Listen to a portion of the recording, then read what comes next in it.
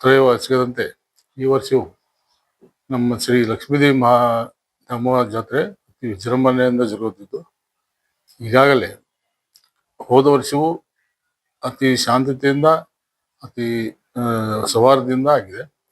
ಈ ವರ್ಷವೂ ಜನ ಜಾಸ್ತಿ ಬರೋದರಿಂದ ಈ ವರ್ಷ ನಮಗೆ ಎಲ್ಲರ ಸಹಕಾರ ಬೇಕಾಗಿದ್ದು, ನಾವೆಲ್ಲರಿಗೂ ಮನವಿ ಮಾಡಿಕೊಂಡಿದ್ದು, ಅವರೆಲ್ಲ ಸಹಕಾರ ಕೊಟ್ಟಿದ್ದಾರೆ. ಯಾರೇ ಹೋದರೂ ನಮಗೆ ಧೈರ್ಯ ತುಂಬ ಕೆಲಸ ಮಾಡಿದ್ದಾರೆ.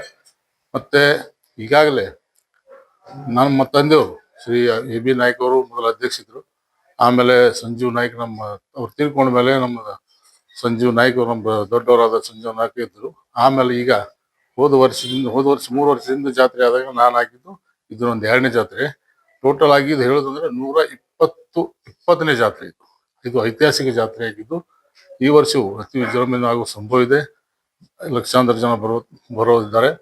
ಅದಕ್ಕಾಗಿ ಎಲ್ಲರಿಗೂ ಒಂದು ಕಳಕಳಿ ವಿನಂತಿ ಅಂದರೆ, ನಮ್ಮ ಊರಿಗೆ ಬಂದವರು ಪ್ರಯಾಣಿಕರಾಗಲಿ ಭಕ್ತಾದಿಗಳಾಗಲಿ ಯಾರಿಗೇ ಆಗಲಿ ಅವ್ರಿಗೆ ಶಾಂತತೆಯನ್ನು ಕಾಪಾಡಿ ಸೌಹಾರ್ದದಿಂದ ನಾವು ವಾಲಂಟಿಯರ್ ಆಗಿ ಒಂದು ಕೆಲಸ ಮಾಡಿ ನಮ್ಮ ಜಾತ್ರೆಯನ್ನು ವಿಜೃಂಭಣೆ ಮಾಡಬೇಕೆಂದು